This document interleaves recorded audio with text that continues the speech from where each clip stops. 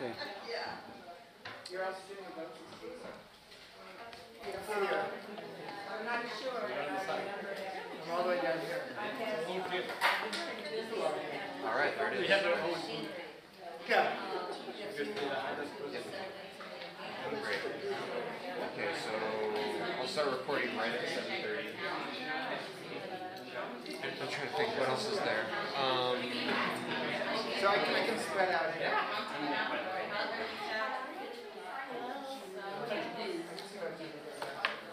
Okay, so you're going to need to brighten up your shot. Oh wait, no I don't. No I don't. Yours is good. This one's good.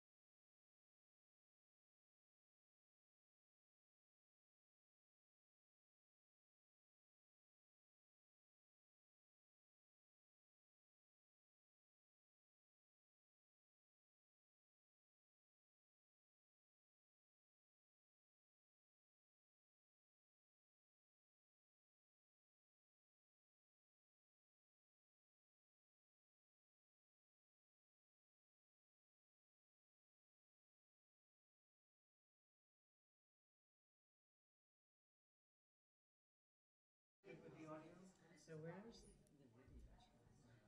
There's like a million of them. Are we supposed to look anywhere in particular in relation to camera? Maybe not. They have camera there. Oh, there's a camera there. Oh, that's for the audience, right? Hello. Good evening. Welcome, and thank you for being with us tonight, September 25th, 2018, for the Berkeley School Board Candidate Forum. My name's Nick Pilch of the League of Women Voters of Berkeley, Albany, Emeryville. The League of Women Voters is a nonpartisan organization that encourages informed and active participation in government. We do not support or oppose candidates or parties. The advocacy arm of the League may take positions on issues such as ballot measures. However, this forum is presented by the Voter Services and Education arm of the League, which does not take positions or advocate for them. I'd like to remind everyone that the candidates, the Berkeley City College Voter-Friendly Campus, and the Berkeley NAACP have all agreed to participate under ground rules set for this forum. These ground rules have been posted outside the room. Please switch all electronic devices to silent. Campaign literature or other forms of campaigning, such as buttons and t-shirts, signs, etc., are not permitted inside the forum room in order to maintain neutrality.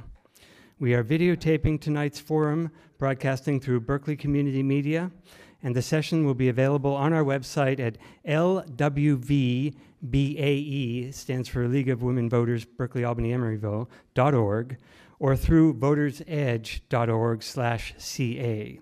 You can tweet us at LWVBAE. We ask that the audience hold their applause until the end so that we can hear all the candidates. We have one forum on the agenda tonight. There are 6 candidates running for this position. They are Ty Alper, Khadijah Brown, Norma J.F. Harrison, Drew Howard, Abdur Sikder, and Julie Sinai. Drew Howard is a candidate for this office who could not attend the forum tonight. Now let's go over a few ground rules. Each candidate has 1 minute for opening remarks. The order was determined by drawing lots. The timekeepers will signal candidates with colored signs marked 1 minute, 30 seconds, 15 seconds, and stop. As audience members arrived, our volunteers provided cards for submitting written questions. The questions will be screened to avoid duplication and personal attacks. The order of answering the questions will be alternated, and each candidate will have 1 minute to respond to each question. Again, timekeepers will signal candidates for when their time is up. There will be no separate rebuttals. However, the candidates may choose to use some of their 1 minute time to rebut a response given by another candidate. Following the questions, each candidate shall have 1.5 minutes for closing statements. Now let's begin our forum and begin with our first candidate, who will be Norma J.F. Harrison. And it's time for your opening remarks. You all have 1 minute. Norma? Thank you. Hi, everybody. Do you understand that age segregation is just a tool to keep people separated? That's the rule of the capitalist structure, is to keep us apart from each other so that they can get willing slaves or slaves that don't recognize their relationship to production into service for what you see around you that has now grown into an even more evident monstrosity, the system of retaining the rich and powerful who buy the administrations, buy the legislatures, and are thereby owned by them. People might think that they're going to be able to elect a candidate who says good things. They all say the same thing, but they're all constrained by a system that doesn't permit them to do what, even if they did intend to do, they cannot do it. Thank you. Khadijah? Good evening, everyone. My name is Khadijah Brown, and I am a candidate for Berkeley School Board Director. As a 5th grade teacher, my firm belief is that education levels the playing field, provided that all students have access to quality education that is both equitable and accessible.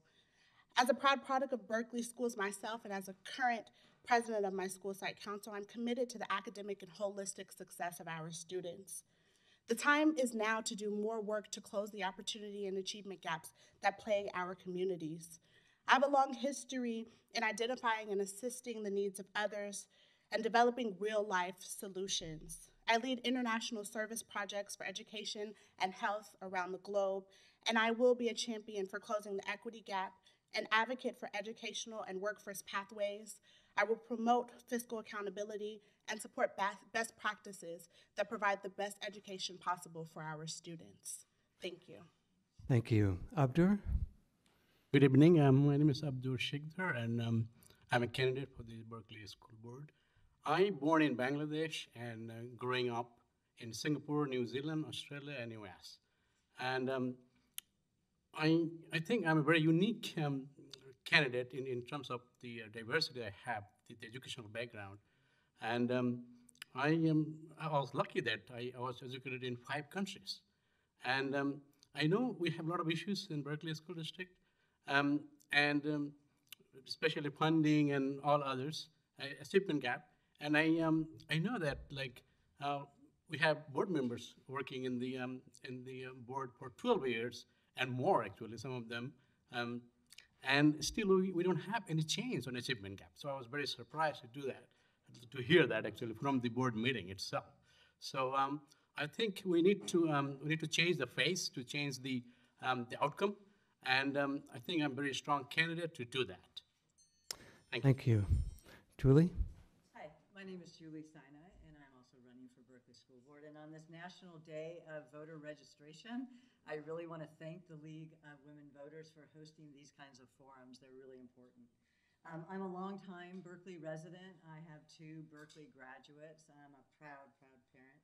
And I'm happy to be able to contribute the resources that I've been able to garner in the city of Berkeley as a policymaker, as somebody who has worked on education from all levels of early childhood education, K-12, higher ed, to really harness the resources and the partnerships that we need to bring to our school districts so that we can have a vibrant, robust curriculum and focus on math and science and technology to make sure that our kids are ready for the economy of the Bay Area and they're able to compete for living wage jobs. So I'm honored to be here tonight, and I'm excited to be part of the dialogue. Thank you. Ty? Thank you. Good evening. My name is Ty Alper. I'm running for re-election to the Berkeley School Board. I grew up in Berkeley. My wife grew up in Berkeley. The 2 of us went through the Berkeley Public Schools, graduated from Berkeley High. We have 3 kids in the schools now, one at Rosa Parks, one at Longfellow, and one at Berkeley High. In my day job, I'm on the faculty at the law school at UC Berkeley, where I train and supervise students in the representation of death row inmates, primarily in the Deep South. I ran for the board 4 years ago to be an independent parent educator voice for equity and excellence in our public schools. And I'm proud of the work that we've done over the last 4 years. We have a lot of challenges facing the district, and I'm looking forward to serving the community for 4 more years, and I'm looking forward to the questions tonight. So thank you. Thank you. And now it's time for the candidates to answer your questions and a few of ours. We're going to be starting with Khadijah. And for the first question, we'd like to ask, can you tell us what does the school board do versus the responsibilities of the paid staff? And can you explain the difference and the importance of the difference? Sure. So there is so much that the school board does. Specifically, I always like to think of the school board as the overarching umbrella for all of our departments, all of our services, and for all of our children. The school board has a couple of roles. The first is to serve as a listening campaign, especially during our school board meetings, to issues and other things that are going on within our district. The school board also has the ability to implement and add in more important things to our schools, especially as it relates to programming. Our school board is in charge of our fiscal accountability for our schools and making sure that we properly fund and budget our schools. Thank you. Abdur? The same question? Yes. Okay, so as I understand, the school board has quite a few responsibilities. One of them is approval of the budget and the salary for the superintendent, and also recruitment and all different kinds of decisions that Berkeley Unified School Districts require, and also oversee a lot of even the charter school as well, public charter school and all others, their performance and the teachers' performance, and also they are responsible for the approval of curriculum that they teach in the school, different levels, and also they are responsible for the funding for the special need kids and all other needs for the children. Thank you. Thank you. Julie? So the board's responsible for setting policy and direction for the school board.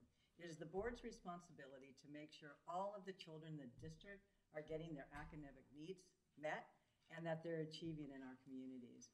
And it is our responsibility to hold our superintendent and the administration accountable to implementing those policies and procedures so all of our kids can succeed. It is up to the school board to look at data, to review what's working and what's not working, and provide direction to the superintendent and staff. It is up to the school board to look at the budget, to set priorities, and again, to make sure that our teachers and our students are getting what they need in order to deliver the curriculum and to get the supportive services so that they can succeed in the classroom. It is also a school board member's responsibility, which I am feeling extremely important, is to bring partnerships and resources to the schools, because it's really a community partnership with the city, our community-based organizations, and our other institutions in the city. Thank you. Ty? So I don't have much to add to what you all have said. I agree with all that. The board's ultimate responsibility is to set the mission and priorities of the district, and then the superintendent is responsible for carrying out that mission and those policies. But it's the board's responsibility, as Julie just mentioned, to not only to hire and evaluate the superintendent, but to hold the superintendent responsible for ensuring that the board's direction is carried out. And I think that providing support for our teachers and our staff to do what they need to ensure that all kids succeed is really why we're here, why the board does what it does. We're there to ensure that staff has what it needs and our employees have what they need to carry out that mission. Thank you. Norma? So along with the idea that age segregation is a brutality exacted upon us to control us, is the idea that we have to understand that we spend the dominant part of our days with people we don't kiss. That should cause us tremendous anguish. Instead, and I'm not saying we should spend every minute with our children, or them with the parents, but there certainly isn't a natural mix of people's activities. Along with the repression that age segregation is race. Racism will persist as long as capitalism persists. It does not have a way out of being here. It is a tool of maintaining control over societies, and you cannot get rid of it by saying, I will get rid of racism in the schools or get rid of the education gap. It will not happen by saying so. Thank you. Next question. If elected, what ideas do you have to use your position on the school board to prevent gang-related gun violence here in Berkeley? And we will start with Abdur. Yes, thanks. A very good question, actually. The violence in the school is absolutely not acceptable. And we need to do something about it. And we see that people talking, politicians talking, and directors talking all the time, years after years, but nothing changed. So we need to actually work with the police department, law enforcement department, and parents and guardians, and work together and find a way to stop this kind of violence in our school, because it's terrible. Like the young children, they involved with this kind of stuff is very unfortunate, and I think we can do better. We are the fifth economy of the world, and we don't have enough funding. I don't believe that. So we need to figure out a way to get that funding from Sacramento or even the capital. Thank you so much. Thank you, Julie. You know, I think it's a bigger issue about the presence of guns in our communities and guns across the country. And so I am very impressed with the student mobilization that's been going on in Berkeley High as well as across the country with students who demand action.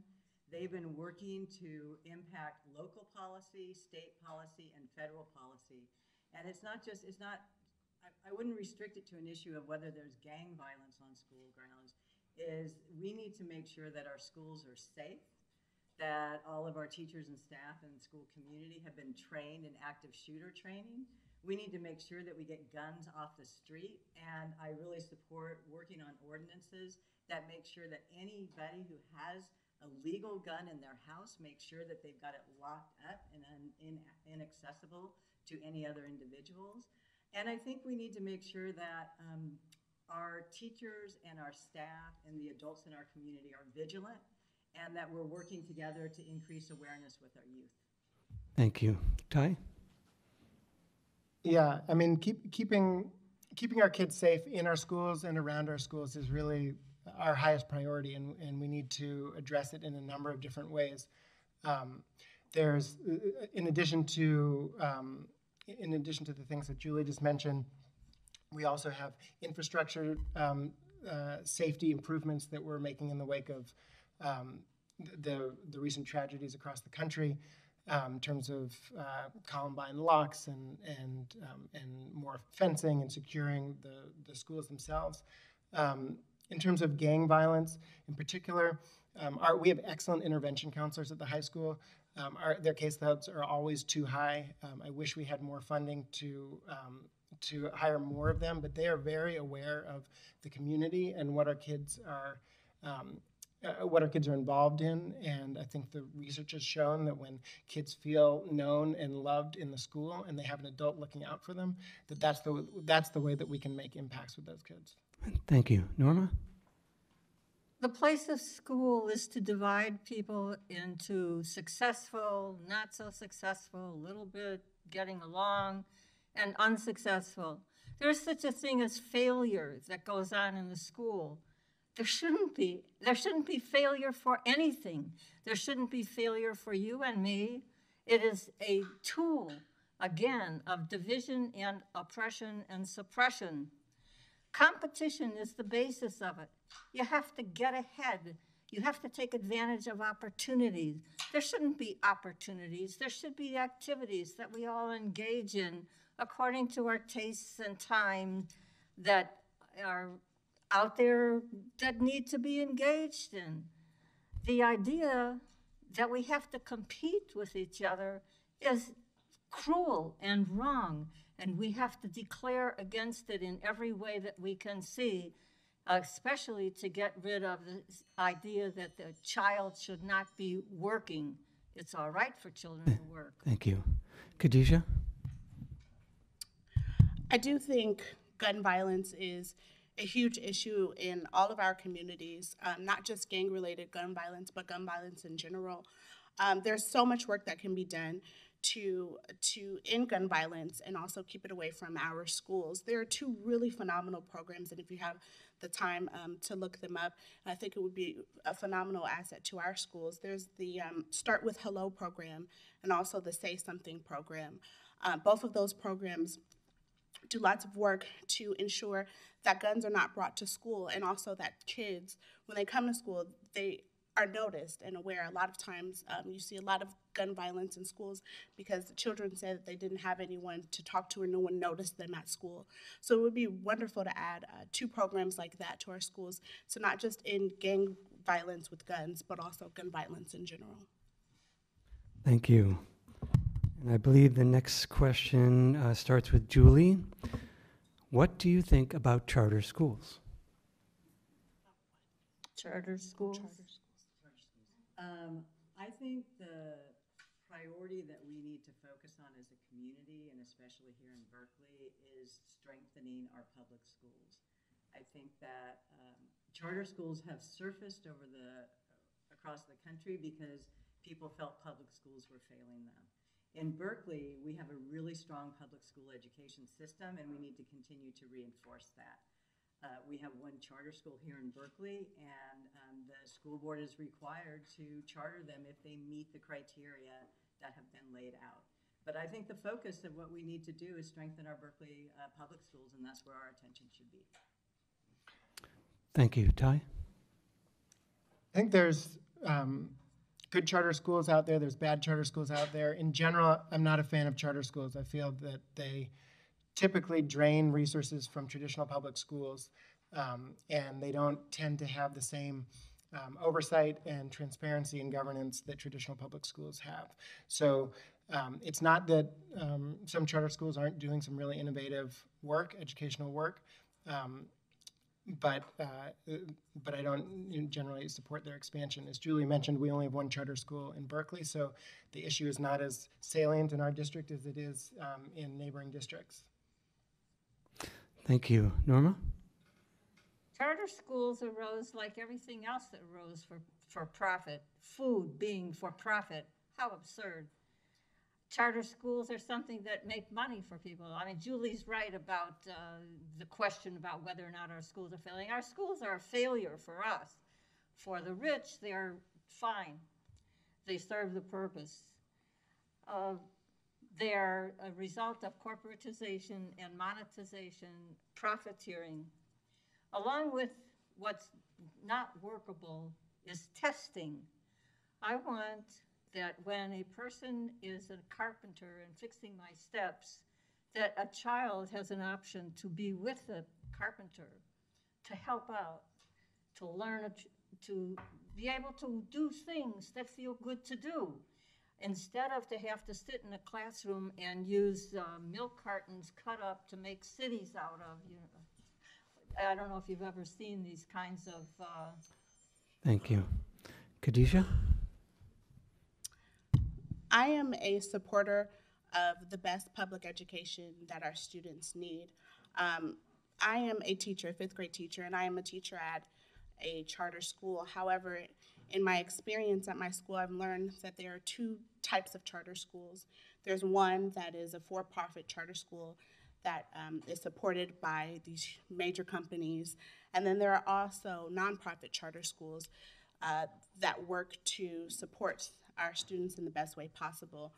There aren't a lot of charter schools that are doing it well. However, I would be remiss if I didn't mention my school that is doing the best thing that they can to support our students, and wasn't birthed out of angry parents, but birthed out of an educational program that is transformed to a school to support students in our communities. I support schools that are doing it well, and we here in Berkeley are very lucky to have wonderful public schools that are supporting our students well, and my goal and my vision is to keep our public schools that way. Thank you. And Abdur?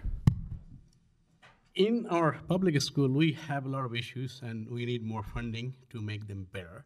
And I don't support the parallel education system like charter school, private or public, either way. And I don't see any need for that. Public school is good enough if you have enough resources, high quality teachers, and that should be good enough to for our children to do better. So charter school for me, no. And on the other hand, like the funding, public charter school, they come from same funding source. So I was surprised to learn that when I learned first about this. Why do we need that public charter school? Why not just public school? So I don't see any point to having the parallel education system. It's kind of segregation. It's actually serve some people's purpose to have a charter school and maybe create their own job. Thank you. Thank you. Next question. For the next question, we'll start with Ty. I'm going to combine, or actually just go ahead and ask the two questions, related questions from the audience. What is your position on the disparate treatment and punishment of African American students in the BUSD? And what ideas do you have to deal with certain parents' biases towards African American students? Can you ask the last part of that question again? The second question was, what ideas do you have to deal with certain parents' biases towards African American students? Ty? Thank you for that question. So, as I mentioned in the opening, in my day job, I'm a criminal defense lawyer. I represent people on death row. I see the effects of the school-to-prison pipeline on the prison end of it every single day. And one of my highest priorities on the board, and continuing if I'm reelected, is to interrupt that school-to-prison pipeline. We have completely revised our expulsion policy. We spent about 18 months working on that in the last couple of years. We've heavily invested in restorative justice programs that keep kids in school, where all kids should be, no matter what they've done, as long as there's a way for them, if they've harmed other kids, for them to actually address the harm in a victim-centered way. That's been a really successful approach across the country, in Berkeley as well, but we need to continue to invest in people and in training around restorative justice. Thank you. Norma? Maintaining a really repressed group of people creates the divisions of how people get paid at all. If you know that there will be somebody getting less than you are feeling a little bit more secure in your position. Is that really? Oh. You feel better about your place at having the job that you have. Racism goes with that, and Black people have been the most oppressed and are still the most oppressed numerically, regardless of the civil rights movement, all the things about education, about pay, about living conditions come least to Black people. You know that. How does it happen? Well, it serves the system very well. Thank you. Oh. Okay. Thank you. Khadijah? According to our California dashboard, where we find all of our data for our schools, there was, at the secondary level for BUSD, there was only a 1% increase in graduation rates for our African American students, but a 4.4% increase in suspension rates. So that perpetuates the school-to-prison pipeline, which Ty was talking about. And so there's more work that needs to be done. My position on the treatment of our African American students, and also parents who have a bias towards our African American students, my answer to that is two things. One, there must be more work that's done in restorative justice to keep our kids in school. And the final is there has to be cultural sensitivity training for all of our stakeholders, teachers, parents, and other students alike. Thank you. Thank you. Abdur?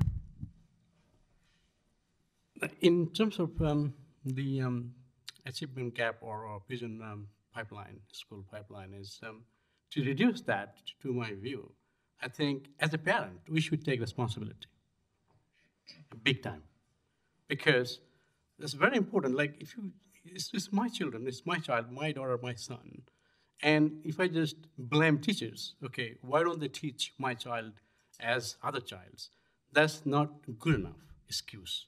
So we need to take responsibility for our own children and actually monitor them, what they're doing, and their learning outcome, and they're actually learning what they're supposed to learn.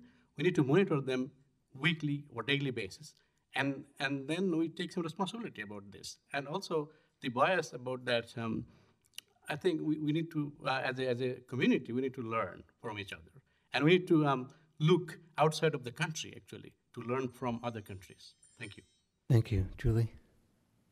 So they've been asking us to move the mics closer, so apologize, I look like stepping right into the mic here. But You know, I think it's a very complicated issue because when we set up the 2020 vision for Berkeley's children and youth 10 years ago, it was to eliminate racial predictability of academic success in our schools. It meant we did not want to walk into a kindergarten and be able to say our African American kids and our Latino kids aren't going to succeed just by looking at them.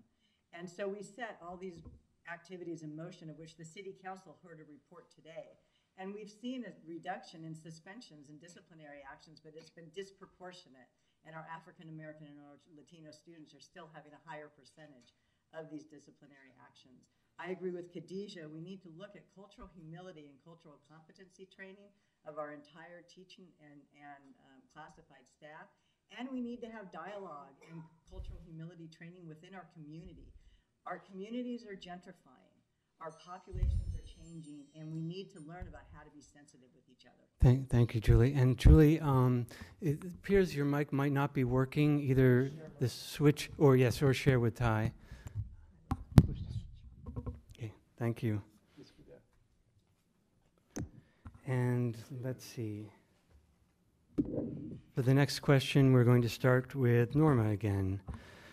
Budget cuts are expected next year, despite the continuing economic boom. How will you cut the budget next year, and where will you cut it if a recession comes? I'm going to go back to issues I think need to be recognized instead of repeating the same things over and over again. Testing.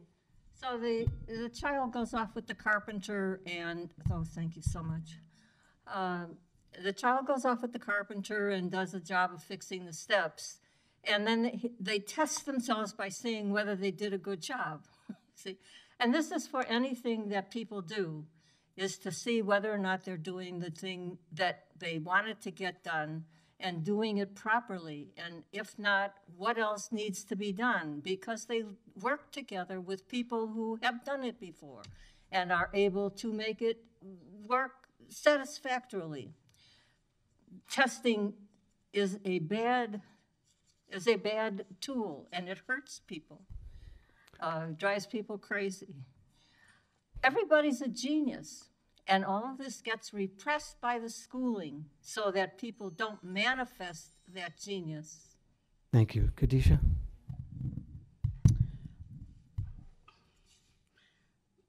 My opinion is that budgeting is a zero-sum process where there are gains and there are losses. And it needs to be taken seriously. And so, in keeping in mind that I will be hopefully an active member of the school board, I know that I will not be the only person on that team.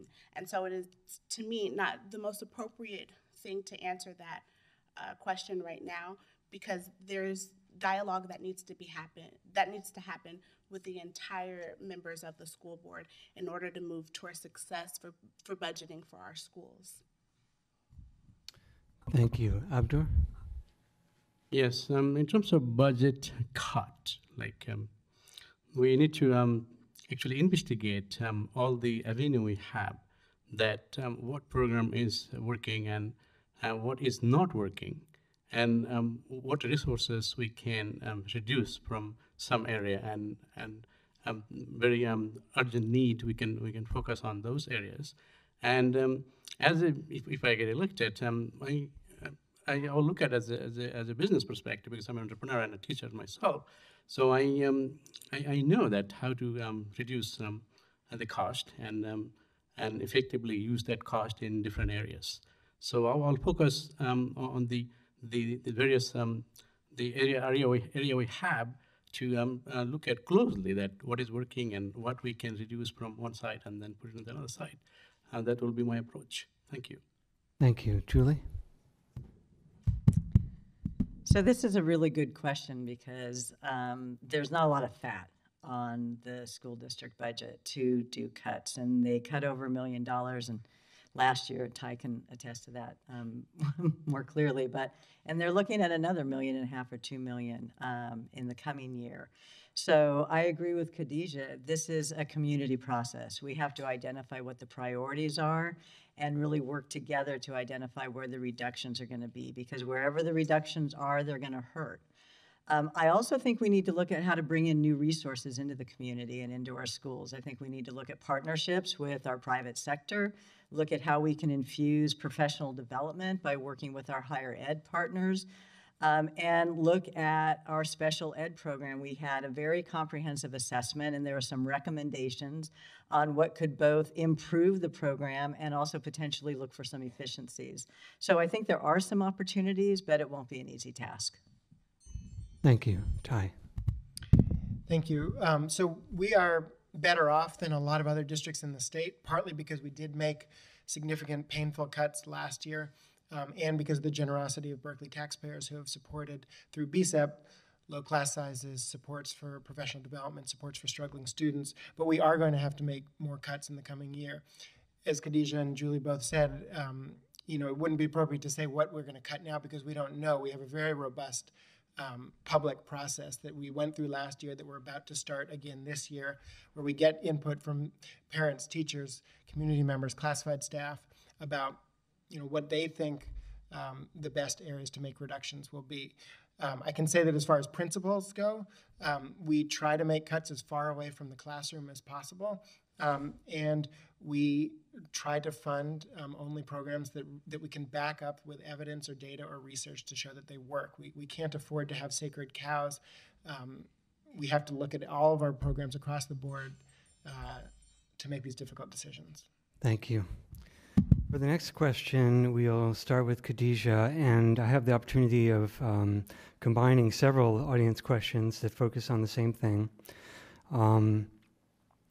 We'll start with what would you advocate as the best measures of achievement in our public schools? Someone else writes, what's your position on testing? And someone else writes, what do you consider authentic assessments? So achievement, testing, assessments. Can you speak to those, Khadijah?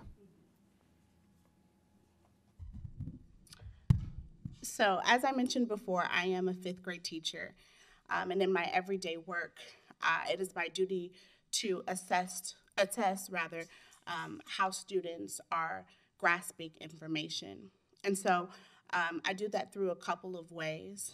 First, giving standard assessments, as is our duty. The second way is to do informal assessments.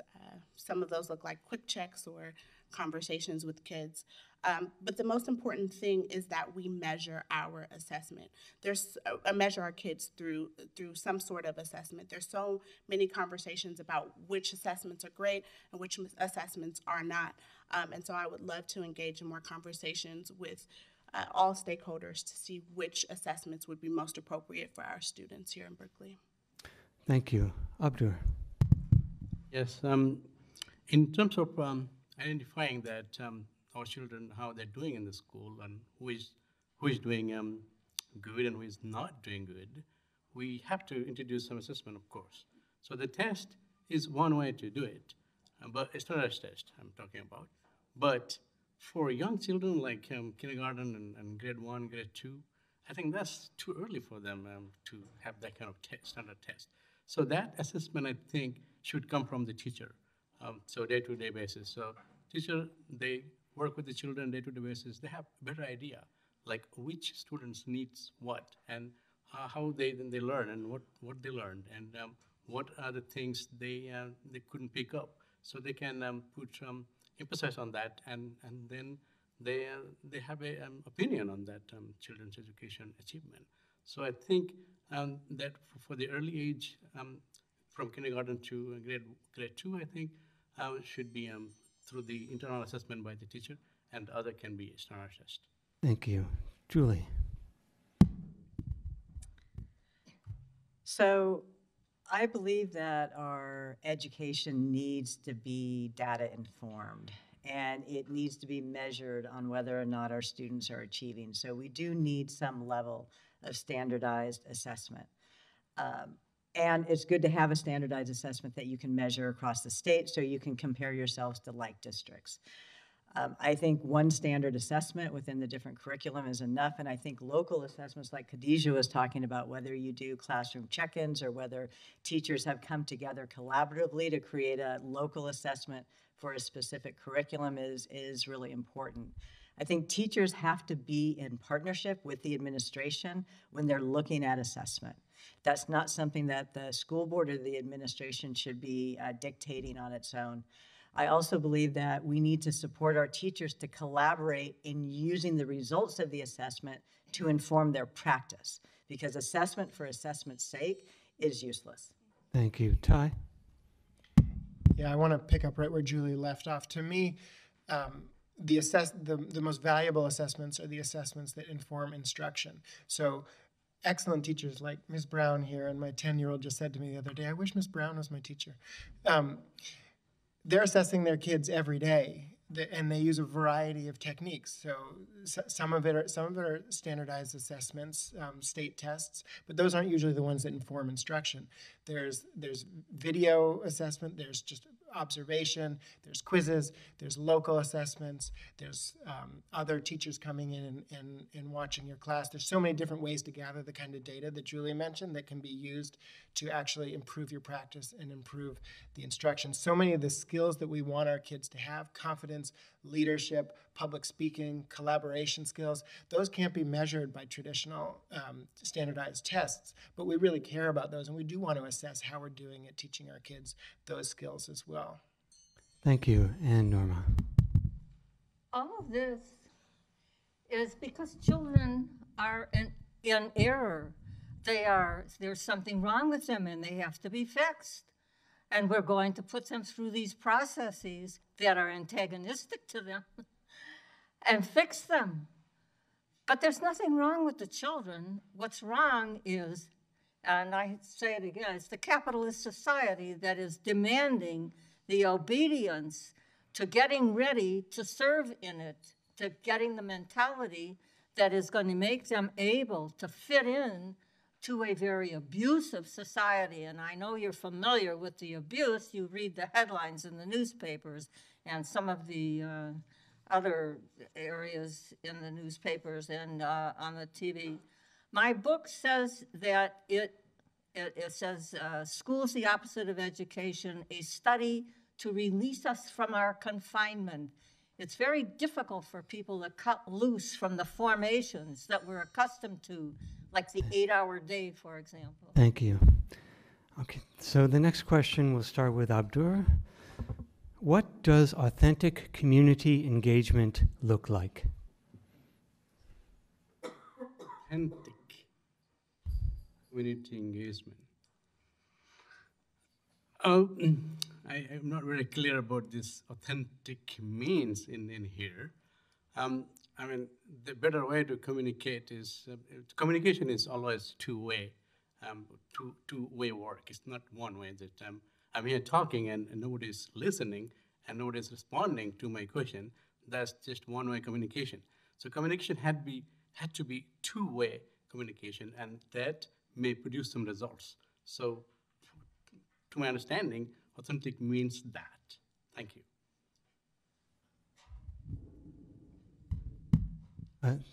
Thank you. Julie? Authentic communication to me is just like children learn in different styles. Communication has to happen in multiple modalities. And when I think of authentic communication, I really think of actually getting out into the community and talking to people where they are.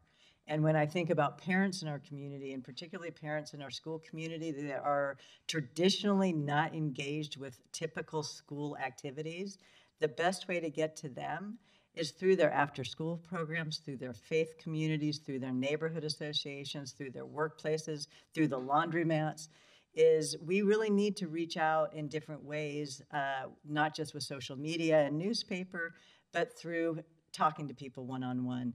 When the district launched the Local Control Accountability Plan, I was on the school board at the time, and Director Cutler and I, Leva Cutler and I, worked together to actually go out into the community and talk about what the Local Control Accountability Plan was in a way that people could really understand it. Thank you. Ty? Excuse me.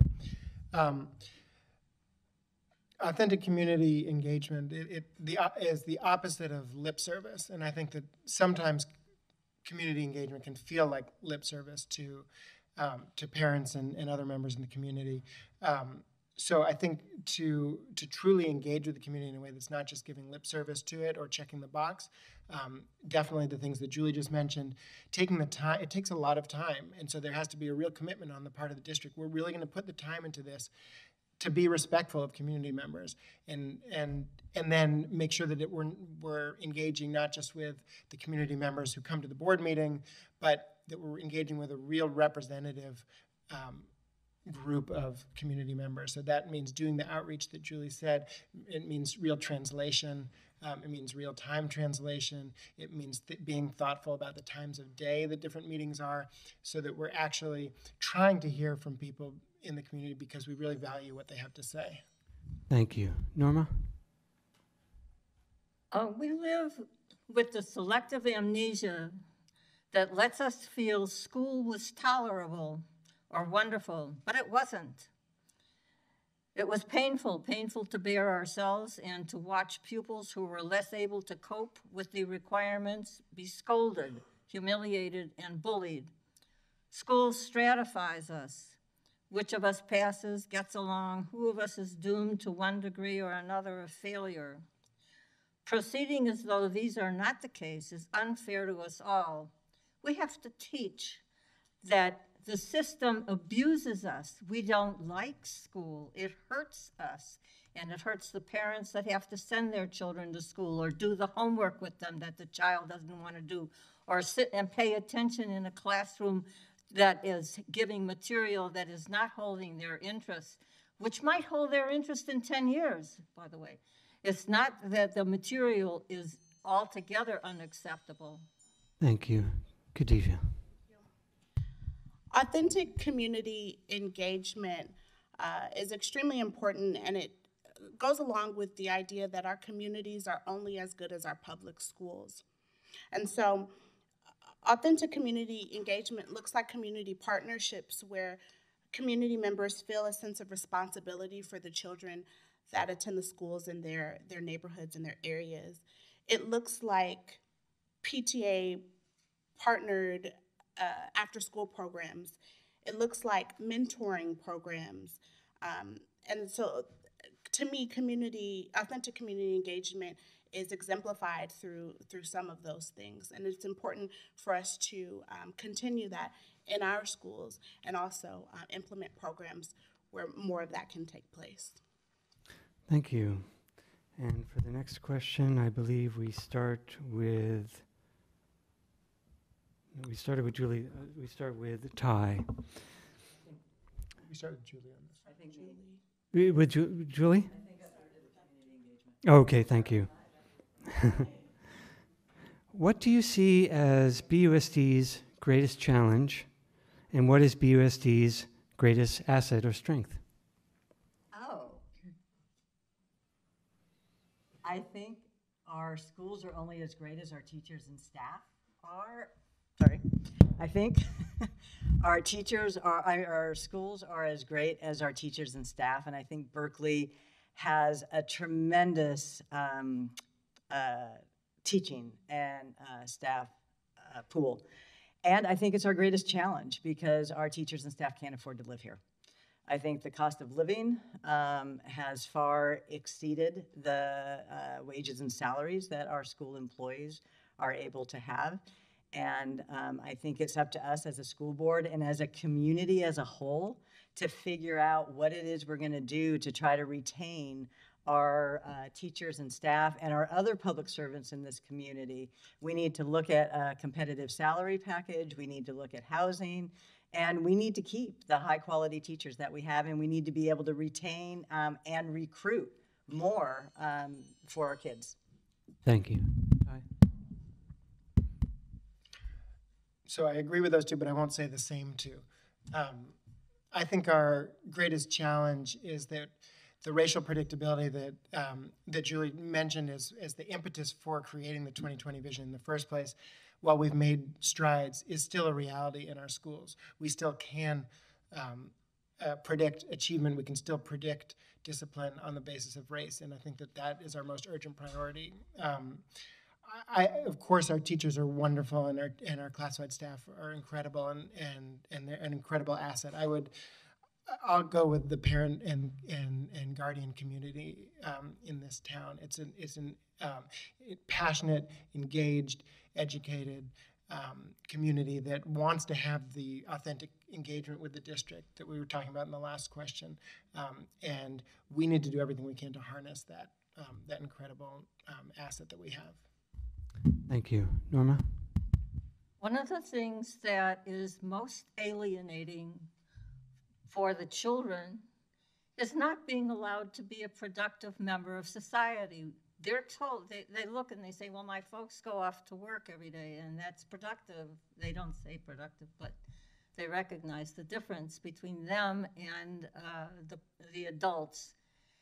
I say that everybody needs to be a productive, contributing member of society. Everybody has the desire to appear in a place where they are doing something that the community wants done that would otherwise be getting paid for doing it, although I'm opposed to paid labor, as if you can't tell, that's the way that I advocate.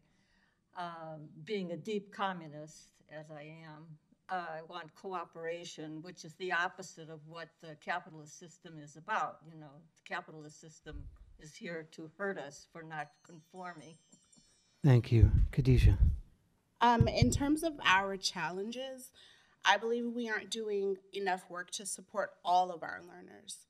And so when I say that, I mean, specifically, there was a recent study of our SPED program. And in the study, we found that we in BUSD were both under-identifying and over-identifying some of our SPED students. Approximately 136 of our SPED students were over-identified, which has direct effects to our budget. So we need to do more work to support all of our learners, specifically our at-risk and most needy learners. And so those are some of the challenges I think we have. We are doing really well. One of our assets is our teachers. I would have to agree with Julie. And I'm not just saying this because I am a teacher, but because I am a BUSD grad, I can say with confidence we have some of the best teachers in Berkeley, in the Berkeley Unified School District. And so that's our greatest asset. And our public schools are only as good as our public teachers. And so we have some of the best teachers here. Thank you. Sorry, I can ramble about teachers. Abdur? Yes, in terms of the strength that Berkeley has is like all the Bay Area has actually. We have high quality educated people who live here because it's expensive. So people are not educated, not enough money, they can't able to live here at all. And the other strength, we have the UC Berkeley. So we have the #1 world public university here. So we have a lot of talented and extraordinary people live here, and they have their family, friends around them. So that's the strength, and that's why we have best teachers here. And the weakness I think we have here is, if I look at the talk, actually 12 September from one of the director, she mentioned in the meeting that 12 years, she did not see any change on African American achievement gap. That's pretty sad. Pretty sad. 12 years, no change.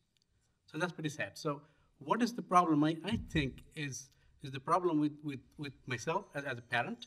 I think we're not paying not enough attention to our children. That's Thank you. I recognize. Thank you. So for the next question, I'll start with Ty, I believe. How important are the union's contributions to the running of the schools? Critically important. So we have 4 unions, our teachers, our classified union, our administrators, and our classified managers.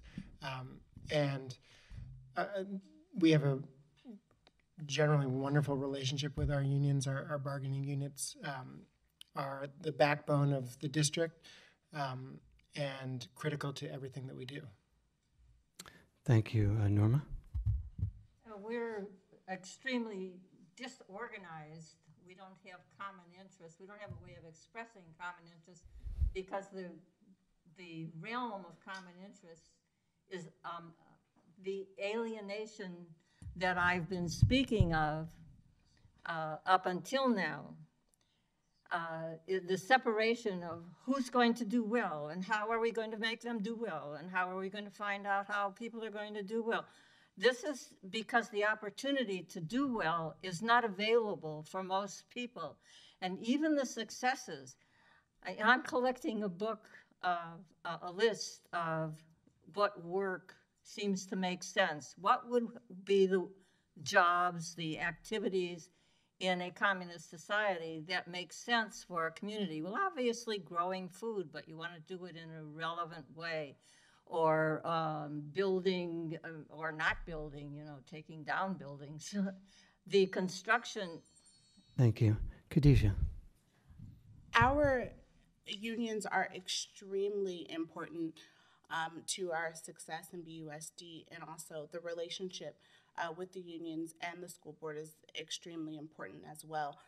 Unions should, as well as everyone else, unions should definitely have a say-so in how things are taken care of in our district, especially when it relates to budgeting and cuts that will affect our union members. Thank you. Abdur. Yes, I think union is pretty critical to have, to work together, and the union can represent people to the board or to the government, and this is very important for teachers or any level of employees. And myself, like I became a faculty of San Francisco State University last semester, and I immediately joined to the union. So I understand the importance of the union and their contribution to the education in the schools and colleges and the universities as well.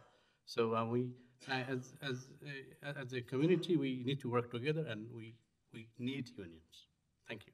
Thank you. Julie.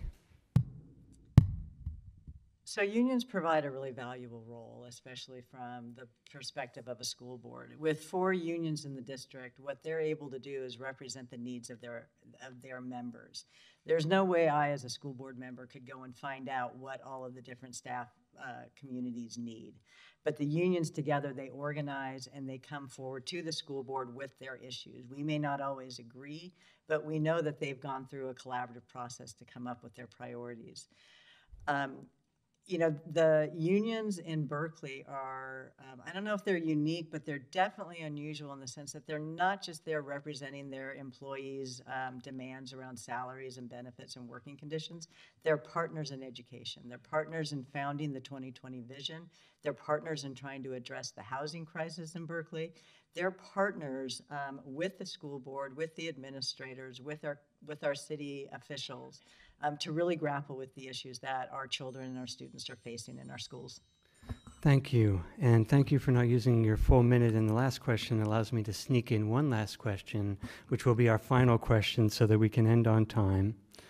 And this one will start with Norma.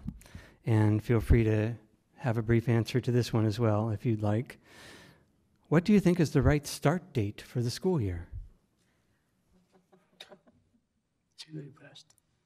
I think every day should be something where people expend their time. Well, people talk about, oh, thanks. People spend their time doing things that are that are good to do together and not separated because of the age or the failure or these issues that I've mentioned, but because of things that need to be done or we want to do in society. The idea that they have to be boxed in and go through 12 years of learning how not to read is a very sad kind of operation, and what we want is people living meaningfully from the time they can get up and walk around and carry their little rake to someplace and rake up a little thing and be greeted as a productive person in society, or if they're 90 years old and being productive in society. Thank you. Thank you. Khadijah? There are a certain number of instructional days that each student must receive. And so as long as we are following within those instructional days, I would be willing to hear other people's ideas about when school should start. As a teacher, I would love for school to start after Labor Day, but understand the importance of school starting a little bit earlier. Thank you. Abdur. Yes, it's an interesting question actually. So the summer here is pretty long, I think. I've been through many countries, as I mentioned, and went to school everywhere. And summer is very long here. So I think we should cut short the summer a little bit and start a little early to head on to the issues of learning. I mean, learning should be fun, and starting in August it works somewhat, but I think early start is better probably because summer is too long, and I think we should cut short the show, if possible. Thank you. Julie. I think I agree with Khadijah. It's like there's 180 days that we have to have for instructional days, and when we actually start is a community decision. The one thing that I'd love to see, though, is more collaboration with our neighboring districts so that start dates and vacation dates coincide with each other. I think it's really hard for our communities, especially for our kids who are involved in a lot of different kinds of activities, or parents who may have, work in one city and kids in another, to be juggling the varying schedules of schools across the East Bay. I would also like, the Brown just, I think, vetoed the what time schools should start, with that being a local control issue. But I think the research around how early schools start, particularly for middle and high school, is something that should be taken into consideration, and we should look at a more extended day versus the early starts that we have. Thank you. Ty. Yeah, well, I work at UC, and when our kids were little, we had 2 kids in preschool and 1 in BUSD, and one year we had 4 different spring breaks, so I'm all for coordination. We experimented this year, I don't know if it's an experiment, we started this year on a Monday instead of a Tuesday or a Wednesday so that we could have a week off for Thanksgiving. So I'm all in favor of that, and we'll see how it goes. Okay, thank you. In a moment, we'll move on to closing statements. I just want to remind the audience that in this election, there are 6 candidates for 3 open seats. Hopefully I have that correct. Yes. And I want to speak a little bit about the league before I put the floor back to the candidates for their closing statements. On behalf of the League of Women Voters of Berkeley, Albany, Emeryville, I'd like to thank the candidates for running for office and for your participation in the evening. I want to also thank the audience for engaging in democracy and for some really great questions. For further information about upcoming forums, the candidates' pros and cons, and positions on ballot measures, please visit the League's website, lwvbae.org or votersedge.org/ca. We invite you to join the League to help us defend democracy. We do so much more than voter registration and education. Visit our website, our Facebook page, and our Twitter account at LWVBAE. The deadline to register for vote, to register to vote is October 22nd this year. You can register online at the Secretary of State's websites, sos.ca.gov, or you can register or re-register to vote here tonight. We have forms out in the lobby at our table. Remember to vote by mail or or at the polls by Tuesday, November 6th. And now let's move on to the candidates' closing statements. And we'll do this in reverse order that we began. And we'll start with Ty and then move on to Julie down the line. And thank you. You have 1.5 minutes for the closing statements. And we'll start with Ty. Thank you so much. Thank you all for coming out here, and thanks to the League. We talked about a lot of things. We didn't get a chance to talk about some really important things we've done in the district. Over the past few years, we revamped the 9th grade at Berkeley High. We've greatly expanded our career technical education pathways at the high school. We've protected our undocumented students. We've established a middle school English language arts curriculum. We've done a lot of things, and I'm looking forward to the next 4 years. I have a lot of endorsements from the Teachers Union, from the Democratic Party, from the Berkeley Democratic Club, Wellstone. I'm really honored to have the support of 2 of my fellow candidates, Julie Sinai and Khadijah Brown, and I strongly support them as well. I'm really excited about the prospect of having a teacher on the school board. and I hope that you all will consider supporting Khadijah. And I think that we're losing 2 board members who collectively have 20 years of experience on the board. We need someone with Julie's experience from early childhood education all the way up through higher education on the board. So I'm really looking forward to serving with both of them. And they've also been endorsed, I'm sure they'll mention, by the Teachers Union, the Democratic Party, and a number of hundreds of parents and teachers across the city. So thank you, and thank you for your support. Julie. Thank you. Well, now I don't have to mention my endorsements. No. I too want to thank the League and all of you who came out this evening. I really appreciate the time that you're taking. I think we've got some major issues that we have to grapple with, and I want to really say right now that I would like to issue a renewed call to action around the opportunity and the achievement gap in Berkeley. We just sat through a presentation in front of the Berkeley City Council looking at the last 10 years of the 2020 vision for Berkeley's children and youth, and we have not had the results that we intended to. And we need to sit back, we need to look at what was working, what isn't working, what we need to do differently. So as a school board member, it is my job to work together with the community to challenge our school district to do a better job and to work across jurisdictions with the city, with the university, with our community-based partners to really draw attention to what is going to help serve the African American and Latino kids in our community as well as the whole.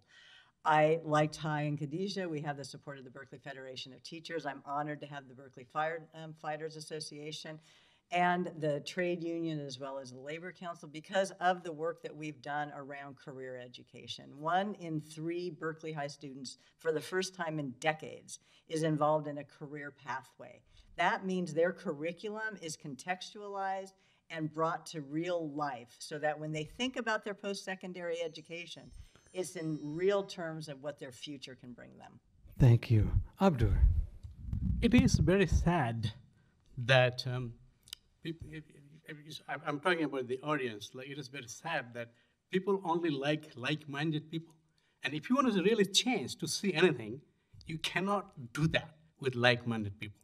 You need people from different background, different perspective, different set of eyes to make changes.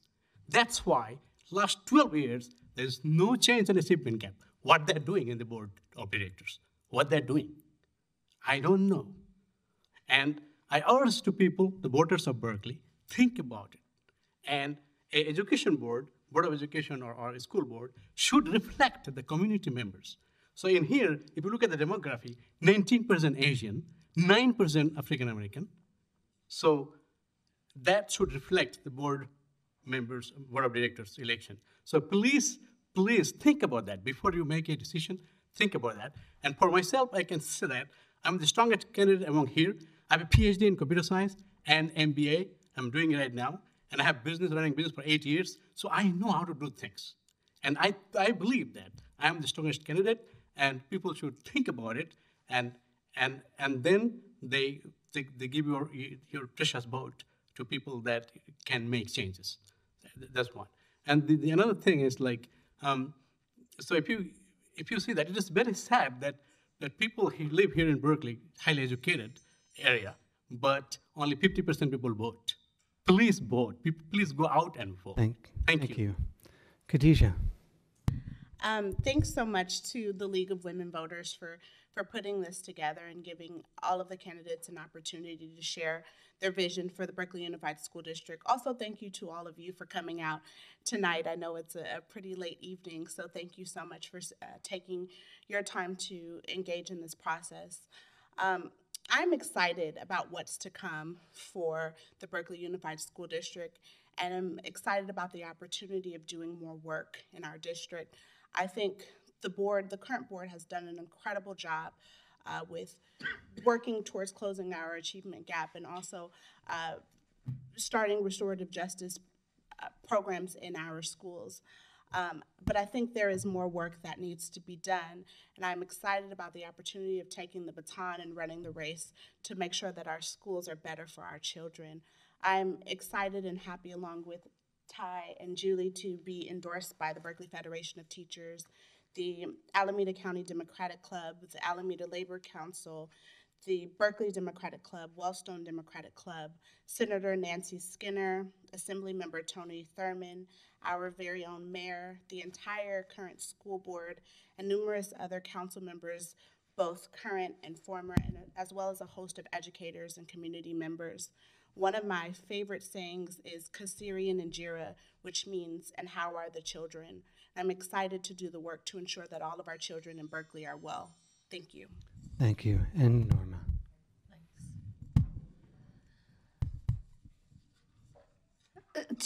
I reiterate, children are fine. They come out of their mother, they give a little cry, the parent answers back, there's communication, there's creative thinking. And this goes on for the rest of their lives, except it gets stymied through school where they have to perform in a certain way. I want it to be that people perform together in ways that make sense to us. Not in the sense of selling insurance to people. Selling insurance to people is a bad thing to do. Cuba, if they have a house gets knocked down, they create another living space for people. There doesn't have to have been insurance. There is another way to live. Now, Cuba uses the same kind of schooling that we do, which is unfortunate, and I think the people are going to grow up and be opposed to being so confined and controlled and not having a place to recognize that this is a repressive environment. So we'll see what happens, and we have seen some modifications as it is. The children need to do things that make sense to people instead of having to say, am I going to have that test? Oh, I have to get there. I have to do this and that. And the parent has to cooperate in that oppression. Thank you. And is uncomfortable about it. Thank you. Let's give our candidates a round of applause. Thank you. That's all the time we have for tonight. And remember to register and remember to vote. Thank you and good night. It's very nice meeting you. You too. Thank you. I just wanted to remind you all that outside our Voters Edge Go Parks, Voters Edge is a really amazing resource. It's not partisan. So you go to the website, you put in your address, and it gives you everything that's going to be on your ballot. It gives you pros and cons, it gives you who's paying for things, it gives you endorsements. So if the candidates have not filled out your Voters Edge profiles, please make sure you do it, and you can check them all out online. The other thing I wanted to highlight before you all leave is that we have a candidate forum coming up for the Assembly District 15. There are some flyers outside that you are welcome to take. We hope to see you all there. And there are other events that are coming up as well. So please check out our website, as Nick said earlier. And thank you so much for Does this still work? being such a great Okay. moderator. I want to tell you that they have put out pitchers of water and cups. We don't have any plastic bottles up here of water. And that gets a round of applause. We're killing ourselves. Thank you so much. School district things, we have these little plastic. I know, because they're cute.